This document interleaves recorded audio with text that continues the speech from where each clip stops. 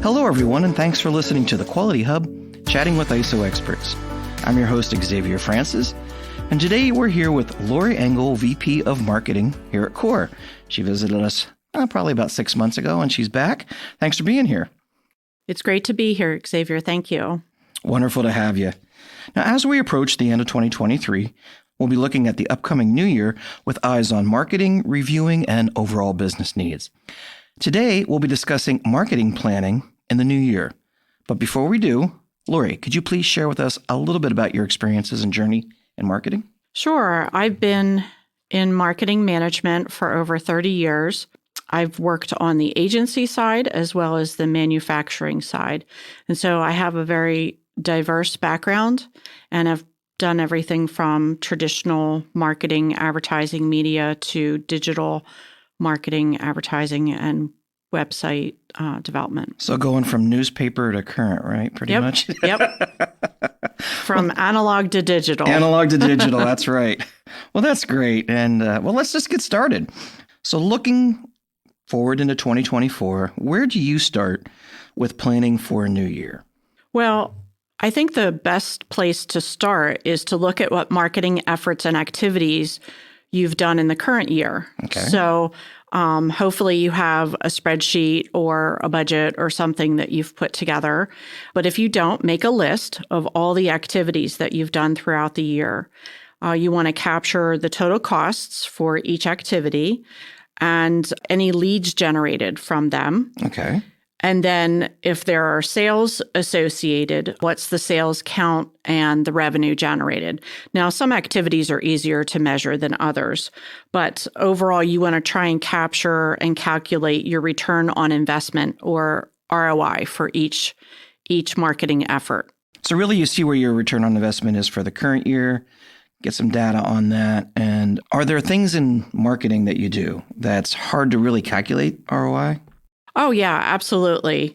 That's one of the challenges that marketing managers have is that some of the activities that are conducted, you don't have like a measurable ROI. For instance, brand identity or building a brand. It's really difficult to measure that. It takes years to build a brand, but there are brands like Nike. If we think about it, all you have to do is see the swoosh and it's the Nike brand. But that didn't happen overnight. That took a period of time.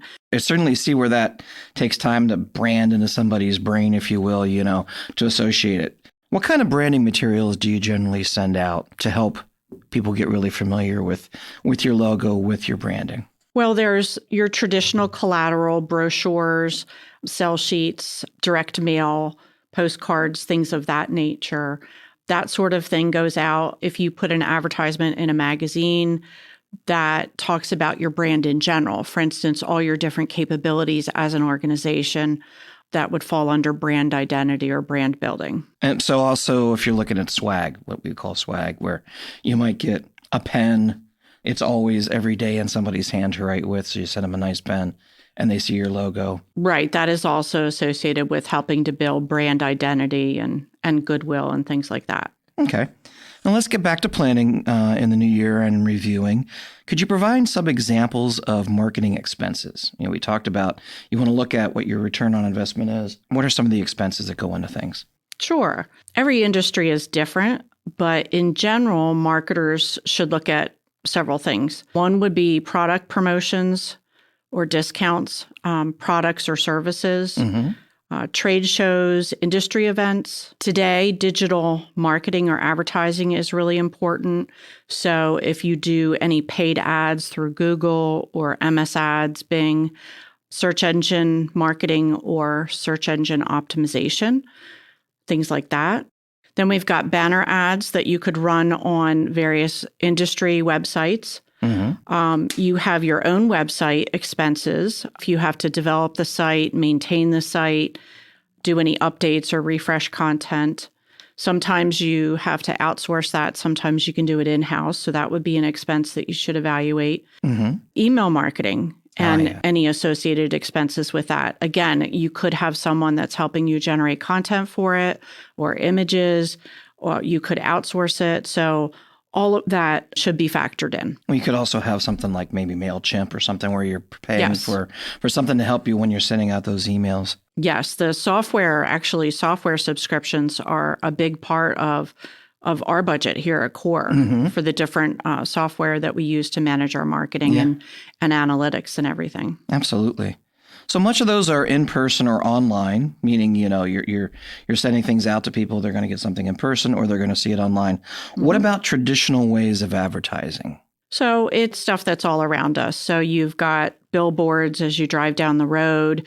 You hear a commercial on a radio, the magazine advertising, newspaper ads, printed collateral like sell sheets, brochures, folders, business cards, note cards, that sort of thing. And also you have places you interact with people too, online or otherwise. Yes. So we've got social media is really big. And depending on the industry that you're in, you have to be really careful what you're investing in social media because sometimes it provides a return on investment and sometimes it doesn't. But things like Facebook, Instagram, YouTube, LinkedIn, other industry news outlets, they're all very important to establishing your brand presence, making your expertise known within your industry, et cetera.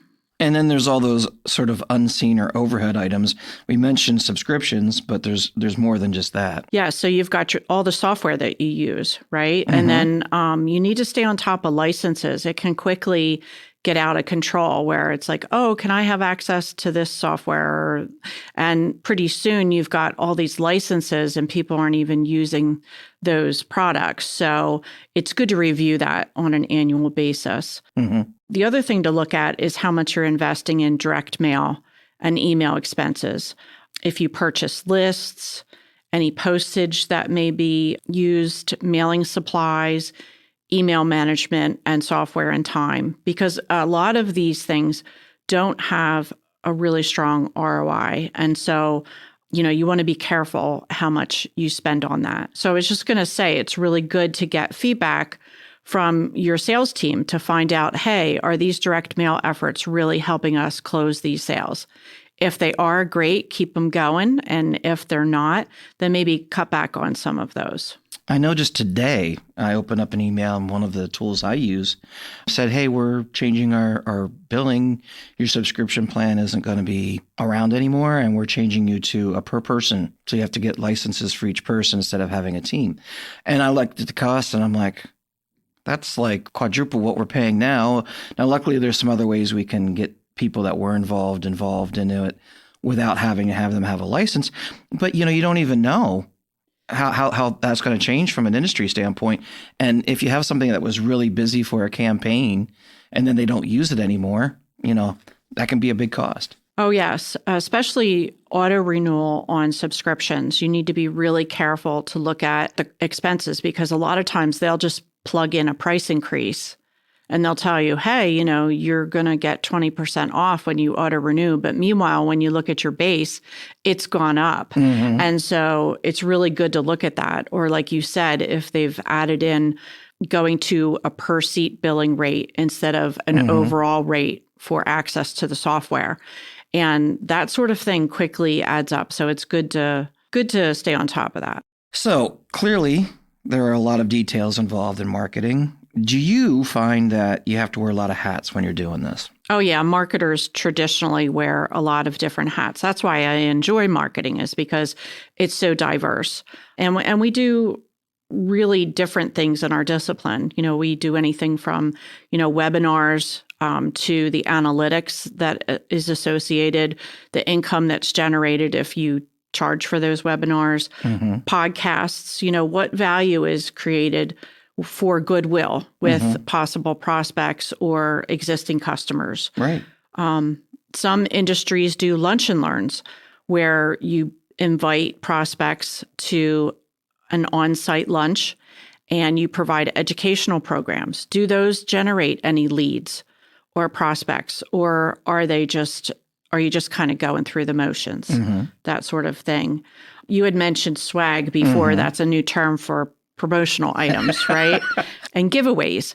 And those things you think, oh, it's just so much per piece, right?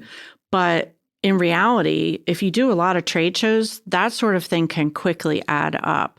Well, plus you have to design them. You have to see the time in reordering them, see if there's multiple colors, making sure you get maybe some samples, making sure they're approved. Have they changed the quality of their swag? All of that stuff you have to pay attention to, and that takes time, which takes money. Right. Other things to look at is you're attending trade shows. What is your booth branding? Do you need an extra trade show booth? Do you need a cover for the table? Do you need banners, table drapes? And then what are the expenses associated?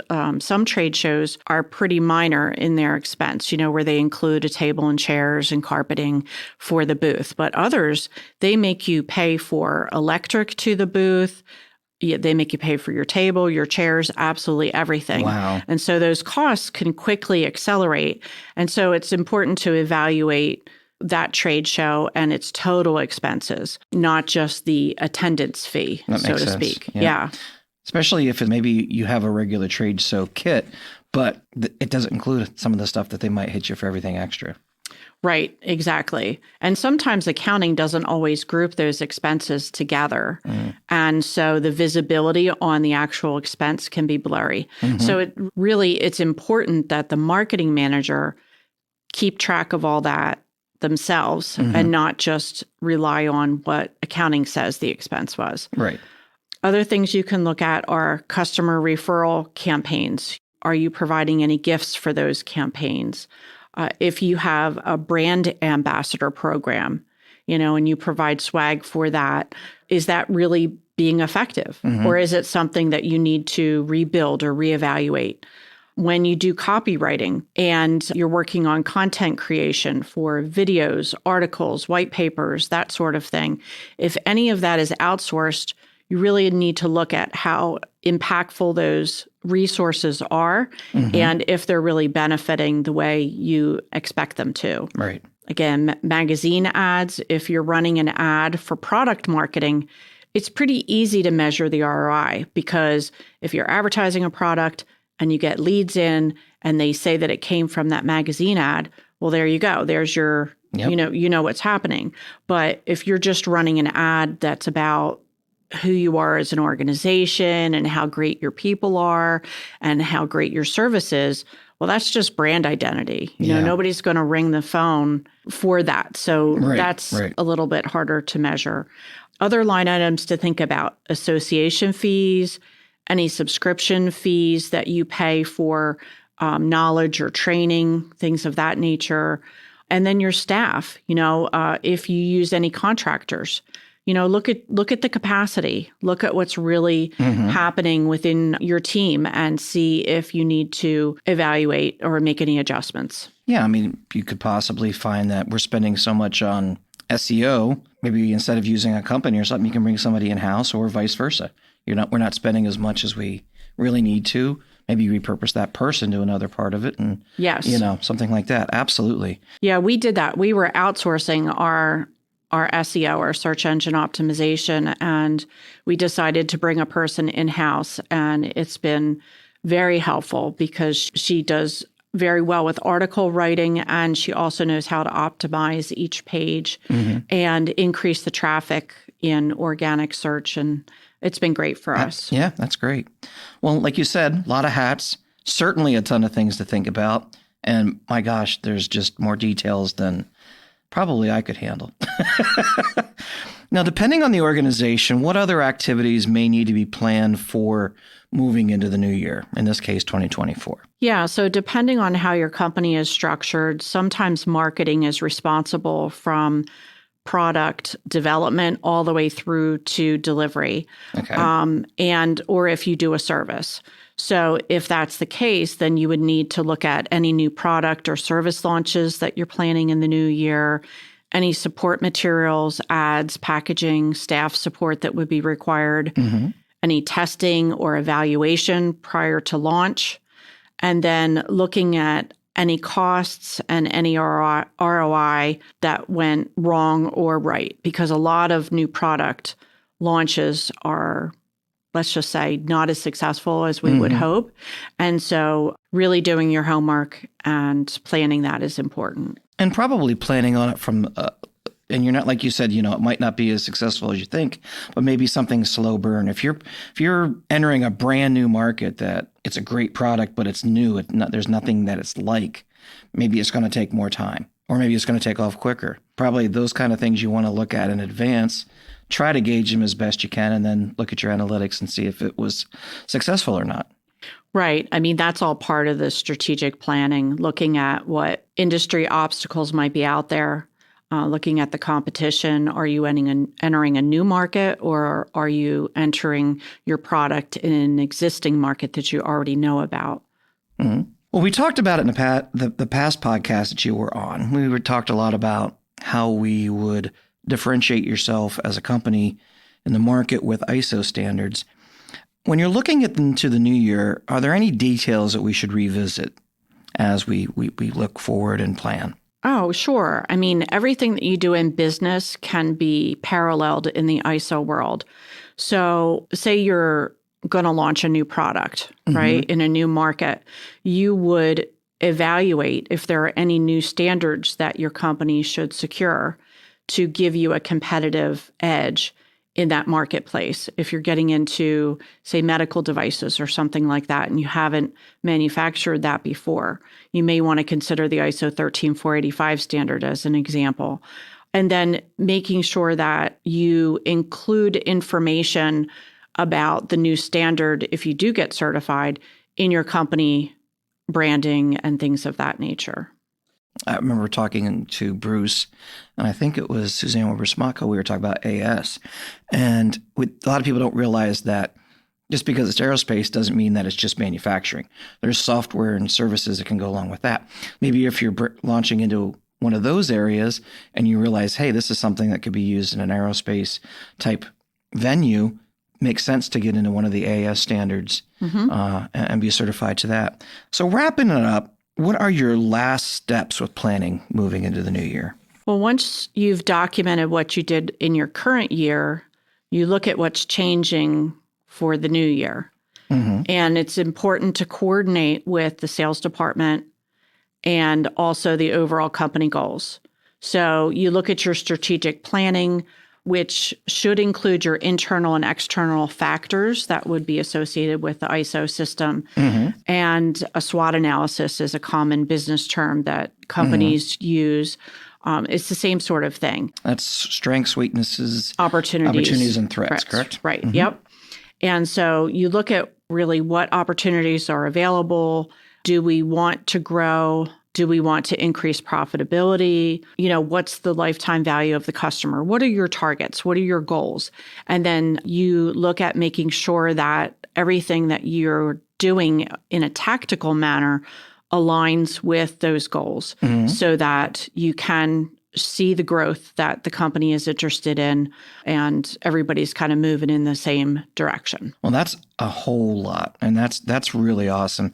We can certainly see that you wear a lot of hats.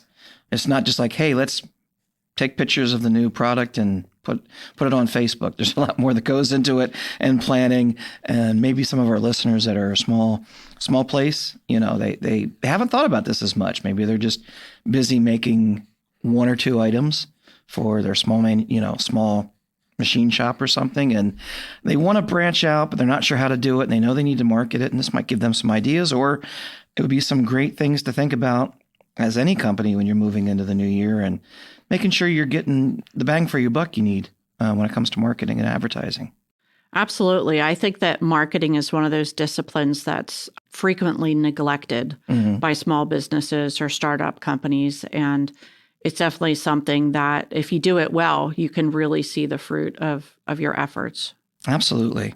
Well, this has been great, and I really want to thank you for being here and sharing with our listeners some ideas for their marketing campaigns in 2024. Well, thanks for having me. I really appreciate it. Thank you again for being here. And we want to thank everyone who's listened to our podcast today. We hope it's been informative for you. If you're looking for more information about Core Business Solutions and how we can help you with ISO certification or cybersecurity or even customized training, please email us at info@thecoresolution.com. You can also visit our website at www.thecoresolution.com. And if you haven't already followed us on your favorite podcast platform, be sure to do so. That way you won't miss the next Quality Hub podcast when it's released next week. Have a great day, everybody.